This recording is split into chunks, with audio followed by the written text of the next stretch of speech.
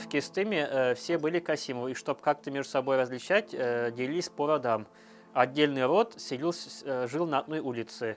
И вот здесь у нас представлен род Касимовых, жителей деревни Кистым, из рода Баяз. Вот этот человек Баязид, он жил в 1700-х годах, в 18 веке, и все его потомство сейчас носит Баяз-Насель. То есть вот это родословное, это одного рода. А здесь уже уходит в глубину веков, начиная от Рази Мансура, который жил в XIV веке. Здесь арский князь Касым, то есть который жил в Карино в 1500-х годах. Далее идет его праправнук Мухаммед Кул, Мамад Кул, который в 1670-х годах основал Кистым. И дальше вот идет уже Баязид, один из его потомков. Остальные ветки вот уходят в сторону, это уже представители другого рода. Здесь также есть вот выходцы из Карино, которые основались в Оренбургской области в 1749 году, и до сих пор в Каргале, в Сейтовой Слободе, живут представители рода Касим, вот из этого рода. Здесь ушли в деревню Одноголово, Уфимское наместничество, и так кистымский род расселился. Вот здесь Шашинская деревня, Алатская дорога, Казацкого наместничества тоже выехали. Вот. А вот эта часть уже касается того, что это кистымский род уже рода. Вот эта родословная, она составлена на основании архивных документов, и именно вот архивные документы подтверждают, что все Касимовы, выходцы из Карино, являются потомками одного князя Касима. Вот. До того, как была составлена родословная, говорили, якобы жил князь Касим, у него были крепостные, и все крепостные как будто записали Касимовыми. Но это не подтверждается, все дальние родственники и все представители вот княжеского рода Касимовы.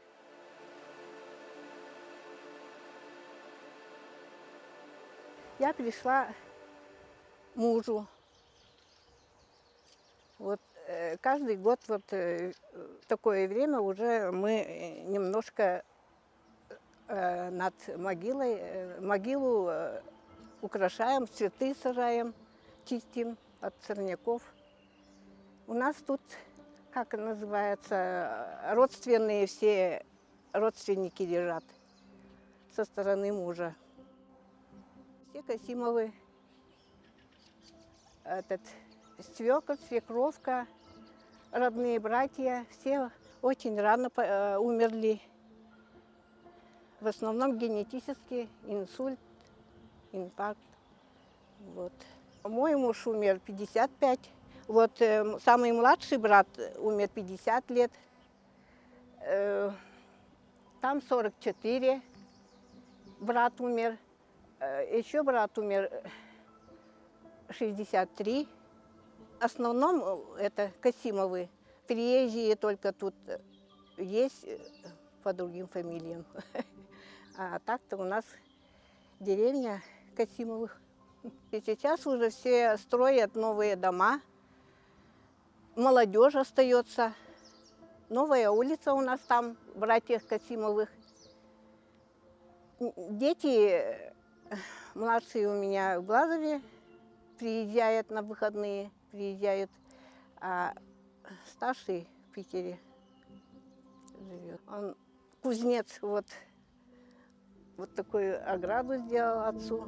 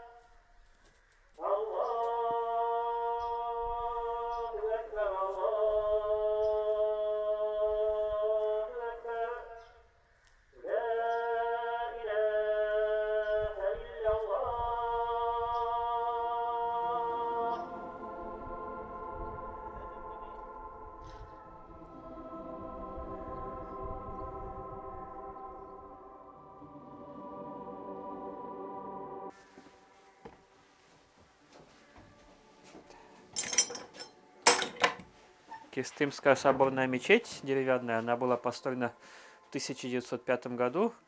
и является уникальной по своей форме, построена по образцовому проекту 1829 года.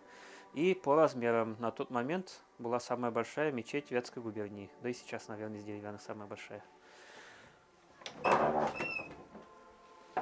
На момент строительства Кыстымской мечети в наш приход входило еще несколько деревень, татарских деревень.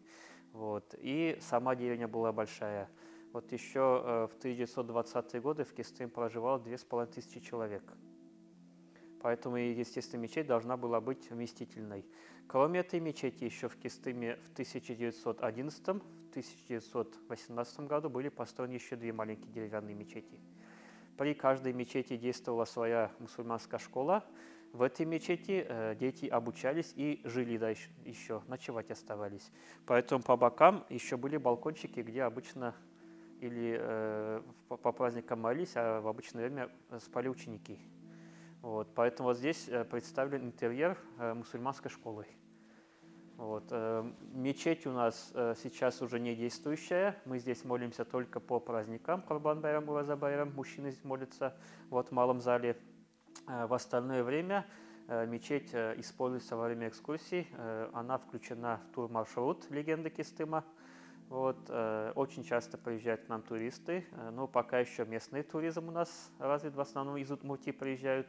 Вот, и где мы рассказываем, как обучались до революционной мусульманской школе. Сохранилось описание мусульманской школы при мечети 1905 года. Вот, инспектор народных училищ приезжал с проверкой из Глазова и оставил свое видение, как он видел. Он описывает вдоль стен сундуки, на подоконниках самовары с чайной посудой, спальные принадлежности описывает, то есть весь быт учеников, как они жили, шакирды в это время, все это описано.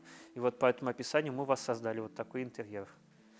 Вообще у нас называют деревня музеев.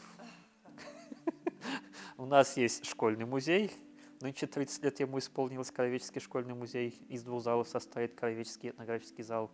Есть вот музейная экспозиция в мечети, есть музейная комната в сельском клубе, посвященная именно сельскому клубу, истории сельского клуба и Великой Отечественной войне. И вот нынче я еще свой частный музей открыл. Вот, то есть как минимум 4 музея у нас получается в Кыстыме. Интерьер мечети сохранился во внутреннее убранство. В 1941 году, на тот момент уже в Кыстыме действовала Севатная мечеть. Вот, и самый, так скажем, кульминация закрытия мечети, то есть 1941 год, уже к тому моменту почти все действующие мечети в Удмуртии уже были закрыты, осталось всего 6-7 мечетей. И вот самый последний из закрытых была Кыстымская вот эта мечеть. В феврале 1941 года в сельском клубе собрали сельский сход и уговорили население отдать мечеть под сельский клуб. На тот момент сельский клуб размещался в приспособленном только помещении, оно уже пришло ветхость. Вот. И под предлогом о том, что мечеть уже посещает не так много жителей, что для, там, может быть, 10-15 человек набиралось, что такая слишком огромная мечеть для 15 человек роскошь уже, вот, уговорили мечеть отдать под сельский клуб. Один из жителей согласился отдать под молельный зал, так скажем, второй этаж своего дома. Мечеть закрыли. Составили смету, проект составили, как под клуб переделать. Вот, например, здесь должна была быть сцена, там гримерка, вот большой огромный зрительный зал. Все расписали, сколько стульев, столько столов, сколько что надо купить, сколько денег надо для того, чтобы снести минарет, заделать крышу. Вот все это отложили до лета, а летом наступила война, началась война. И, естественно, все деньги ушли на нужды фронта, все мужчины ушли на фронт, уже не до переделки мечети было. То есть мечеть закрыть успели, но снести минарет не успели. Вот. И во время войны здесь располагались различные там учреждения, был детский сад, вот здесь была кухня для солдат обозного полка, потом мастерское общество глухонемых плели веревки на нужды фронта, а уже в 1946 году мужчины, вернувшиеся с фронта, опять-таки собрали сельский сход. И те, кто до войны проголосовал за закрытие мечети, уже в этот раз проголосовали за открытие мечети. Вот, и в 1946 году мечеть открыли. При закрытии мечети вот минбар одна бабушка попросила разобрать и перенести к себе на сеновал. То есть вот мечеть закрыли, такие ярые атеистические времена были, но бабушка была уверена, что мечеть все равно откроют. И на самом деле в 1946 году мечеть открыли, минбар обратно собрали на месте, и вот он сохранился. Вот этим тоже уникален минбар с дверями и с крышей. Вот таких в сельских мечетях не встретишь. И вот с 1953 года мечеть уже не закрывалась. Всегда действовала, всегда на ежедневные намазы собирались до 2013 года. Вот в 2013 году мы открыли уже новую мечеть, так как старые уже все-таки нижние ряды сгнили, холодно, вот, и функционально уже неудобно было. Решили открыть, построить новую мечеть, а вот эту мечеть сохранить как уже памятник истории. В 2015 году нам пришлось снести минарет, так как он уже очень сильно обветшавший был, было страшно уже оставлять. Пытались как-то вот укрепить, но специалисты сказали, что лучше снесите, уже не поддается уже ремонту. Со строительством данной мечети связана одна легенда. Вот. Купец, который построил предыдущую мечеть, которая, возможно, именно на этом месте стояла, в 1903 году уехал в хадж. Его звали Касимов Усман Хаджи Рамазанович. Его звали Касимов Усман Рамазанович, Усман Хаджи. Вот. И когда он был в хадже, в Кистыме случился большой пожар. Один дом загорелся, была ветреная погода, сухая летняя погода была. Все взрослое население Кистыма было на сенокосе. Тогда на сенокос уезжали на неделю прямо, жили в шалашах, не возвращались уже. Вот, и случился пожар, тушить было некому, только старики и дети были, и половина деревни сгорела. 136 домов сгорело за один день. Сгорела и мечеть, которую Усман Хаджи построил. Совершенно новая мечеть еще была, построила, несколько лет только простояла. И вот, возвращаясь из хаджа, Усман Хаджи встретил знакомого человека, который ему сообщил эту страшную новость. Но тот человек знал, что мечеть сгорела, но сгорел ли дом купца, не знал. И тогда Усман Хаджи дал обещание Аллаху, то есть совершил обет о том, что если его дом не сгорел, если его семья осталась в целости, в сохранности, то он на все оставшееся богатство построит заново мечеть. И по легенде огонь двигался с южной стороны на северную сторону, то есть южный ветер дул. Вот, и чуть-чуть только огонь не дошел до его дома, ветер поменял направление, и огонь ушел обратно, в выгоревшую часть, так скажем. И вот эта часть деревни вся сгорела, а там, где купец жил, та часть деревни сохранилась. И уже вернувшись, действительно обнаружил, что у него все богатство осталось, богатство целости сохранности. И вот все, что у него осталось, он все это вложил в строительство мечети. Вот этой мечети. Один раз, говорят, у него жена спросила: все вкладываешь в строительство, а что своим детям оставишь? А детей у него было много. Вот, в том числе вот одна из дочерей моя прапрабабушка.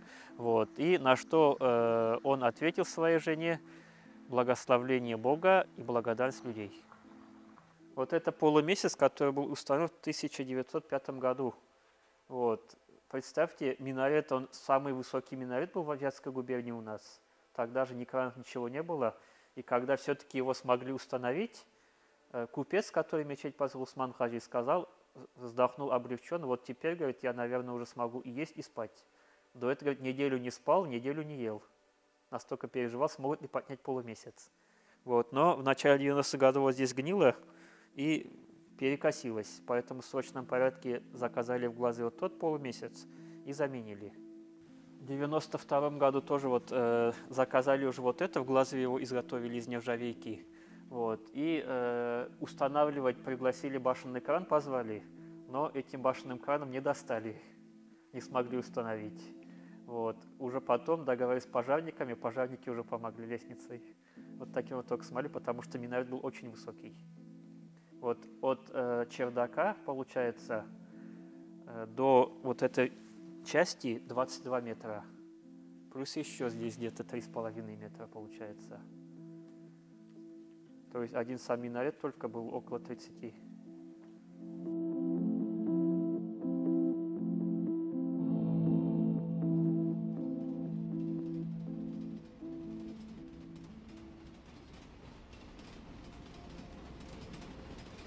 Но туристический маршрут у нас в Кистыме уже действует давно, где-то, наверное, с середины 90-х годов. Мы изначально начинали, потом как-то это замедляется, потом опять ускоряется туристический маршрут. В общем, о чем мы говорим приезжим нашим туристам? О деревне Кистым, о ее происхождении. И показываем свои обычаи, то есть, вернее, рассказываем о своих обычаях татарских, о праздниках наших национальных, вот то, что в Кистыме сохранилось. И знакомим, например, с татарским алфавитом, как несколько букв меняют полностью язык. И вот эти буквы не просто так, например, что они значат, самые главные слова. Людям интересно, приезжают, мы их знакомим с нашей культурой татар. Удмурты, и русские, и татары приезжают. Вообще, для татар, например, Кистым, приезжают они знакомиться с Кистымом. То есть это самая старая деревня татарская на территории Удмуртии. Им интересно о нашей деревне, о нашей истории узнать. Ну и также и другим национальностям. Свой район мы знаем доподлинно, потому что мы проводим такие мероприятия, как Жин Касимовых. Затем у нас есть весенние мероприятия, Шаугар называется. Шаугар, почему Шаугар? Потому что где татары, там Шумгам, как называется. Вот и назвали. Для чего это мероприятие тоже проводим? Для того, чтобы сохранить свои исторические начала, которые были на территории нашей. Сылге байрамы вот проходили, Бабайтуя, затем Баззату, вот такие национальные праздники. И знаете, очень интересно, вот уже 5 лет этот праздник у нас проходит в Кистыме, и приезжают все северные районы нашей Удмуртии. Мы вот как-то друг друга больше узнали, о друг друге больше узнали. Но мы свой язык, сохранили наш родной язык, на котором говорили наши мамы, наши бабушки, наши прабабушки. Это частный дом. Вот с супругой мы решили, что старый дом приспособить, как сделать как типа музея, потому что во время пандемии в школьный музей уже туристов не пускали. Вот, и жалко было, что уже года полтора у нас люди, такие, не побывав в музее, уезжают обычно по турмаршруту. Вот это, во-первых. Во-вторых, в школьном музее уже места нет, куда экспонаты складывать. Вот, и когда люди дарят, приходилось отказывать, и жалко теперь их. Вот. А тут такая возможность есть, то есть тут и как хранилище для экспонатов можно использовать. И третья цель, я заинтересовался реконструкцией национальных костюмов. Для этого тоже свои площади нужны. Вот, и накопилась своя личная коллекция. Вот. Чем держать в коробках, лучше вот так в виде экспозиции все это можно было оформить. И вот с женой буквально за 3 дня вот это сделали.